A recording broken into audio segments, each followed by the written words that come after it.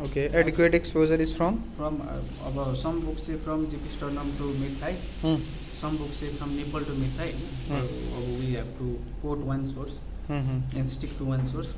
But the rationale is all hernial orifices also be seen accessible on examination of abdomen, because hernial orifices are in the groin region also.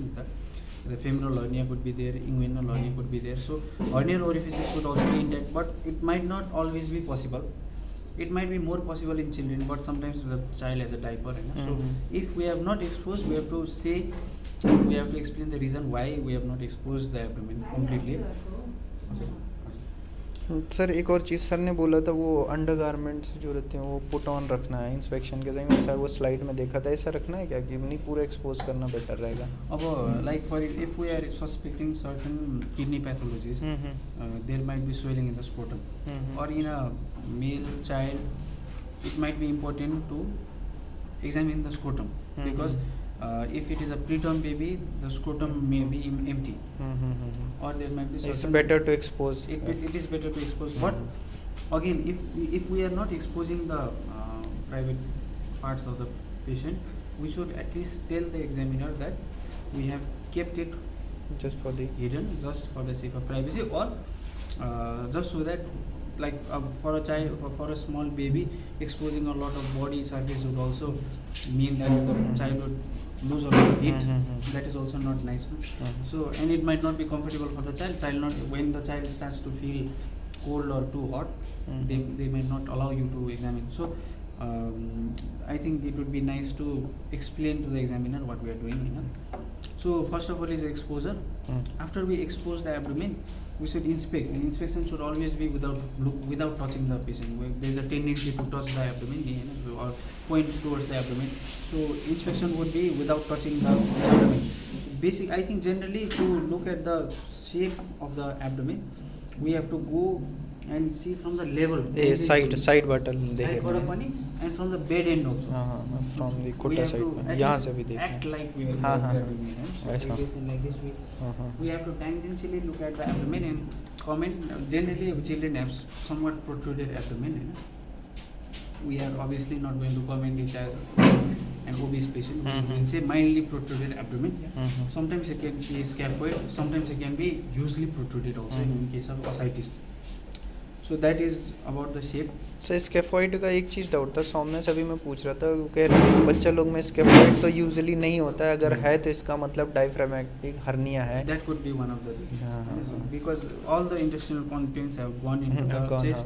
Chest will be bulged because the chest wall of the abdomen of a child is lax. It is not so strong as in us.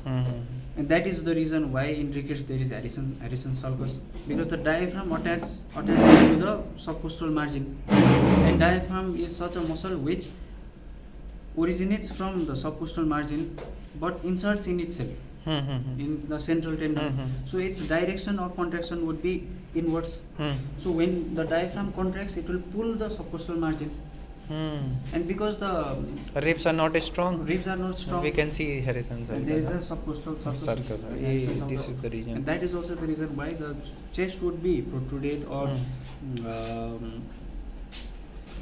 yes, the chest would be protruded, but the abdomen would be scaphoid in congenital diaphragmatic hernia, but not in all congenital diaphragmatic hernias, because some part of the intestine could be inside the abdomen. But generally, again, because the abdomen muscle is also lax, the abdomen will generally be protruded in a child.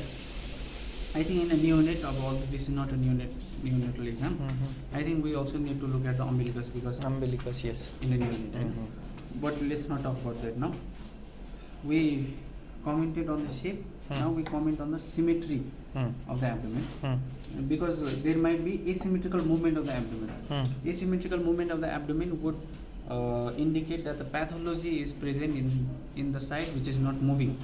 Because if there is pain in this side, the child would not want to move this side, because if when it moves, it hurts. And that is the basic idea of asymmetrical movement. Sometimes there can be paradoxical movement of the abdomen, because normally when we inhale, our abdomen also should move out. Mm-hmm. And when we exhale, the abdomen also should move in, because diaphragm is a strong expirator muscle.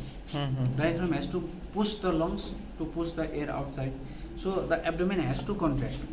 But sometimes there can be paradoxical breathing, where in inspiration the abdomen goes in, and in expiration the abdomen comes outside.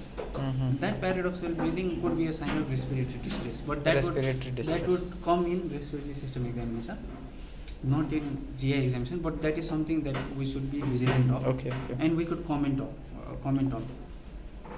Another thing is placement of the umbilicus. Hmm. Is it midline? Hmm. Is it inverted, everted, or flattened? Hmm. Generally, in ascites, the umbilicus could be flattened. Flattened. And in a newborn, there might be umbilical stump also. Mhm. It might not have fallen Fallen off. off. Usually कितने दिन में इस umbilicus stump fall off हो I जाता है? think 12 days. is a 12 days, For, huh? but that is based on my forensic knowledge. Okay. I don't know exactly. I have to Okay, do it. ठीक है. To say umbilicus, we have to look for it. Look. Whether is it in the midline, is it inverted, everted, or any other visible deformity. Another thing would be to check if there is any superficial skin changes, erythema, if there is any superficially dilated veins, Mm-hmm. any scar marks. Mm-hmm. Generally, in a newborn there might not be scar marks, but in a child there might be, because appendicitis भएको हुन सक्छ. Generally त्यही त हुन्छ, appendicitis भएको हुन सक्छ. Mm-hmm. Another thing, I think in GI examination of a child, we talked about abdominal examination, but if we are starting from the examination of gastrointestinal system, it is very important to look at the mouth. Okay, start with mouth. Huh? Start with the mouth. Mhm. Look at the lips. Mhm. Is there any visible deformities in the palate or the lips? There could be cleft palate. Mm-hmm. Is the child protruding the tongue? Is there drooling of saliva? Mm-hmm. If there is tongue protrusion, drooling of saliva, it could indicate that the child has pain in the throat, Mm-hmm. and that is why the child is not Able to swallow Swallow the it. saliva.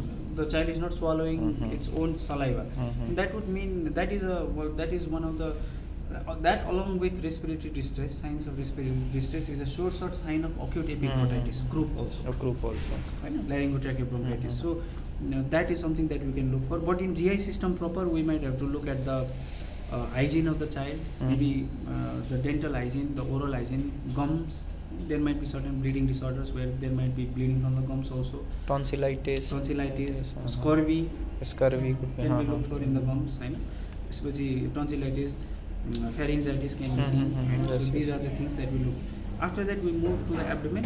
But in inspection itself, I think it's very important to look at the anus Also. also in GI system examination, because in a newborn, imperforate anus is very important. Mhm. And there is something known as Bactrials, VACTRELs. Bactrials is it's a mnemonic for a group of congenital disorders that usually coexist.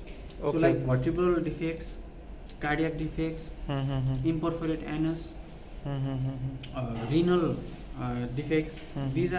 These usually when like T is also for tracheoesophageal fistula. Like what I'm trying to say is, if a child has tracheoesophageal fistula, or if a child has imperforate anus, most likely the child also has vertebral defects or renal defects. Okay, if you find or one cardiac deformity, anomalies. look for other Other deformities. also. Because And the mnemonic is Bactrial. Bactrial. VACTRELs.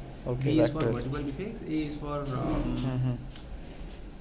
I forgot something else. Oh, it's okay. We'll see. C is for cardiac. T is for Tracheoesophageal fistula. R is for, I think, renal defects, होइन, imperforate anus. छ त्यस्तो होइन. I forgot all the defects को नाम चाहिँ. It's a So सबै एकैचोटि कोएक्जिस्ट गर्ने coexist. Not all, like, but in High different chance, but you look combination- for all these defects once. In different combinations it can exist, but we have to look for के अब एउटा देख्यो भने चाहिँ we have to look for other defects also. त्यो चाहिँ भयो Sir, inspection part. to be short, we have seen the mouth, then we went to the abdomen. In abdomen, you told us about the shape, then you told us about the symmetry, then you told us about the umbilicus. Then sir, then after that, Any superficial skin then you changes, have superficial erythema, swelling, any- erythema, anything, any masses, any masses. Yes. any visible peristalsis, Peristalsis, yes, we discussed this. any dilated veins, Hmm. any scar marks. Any scar marks, okay. So after that, We done with inspection. I think inspection is done. Okay, hold Now on. we'll proceed with palpation. Okay, sir.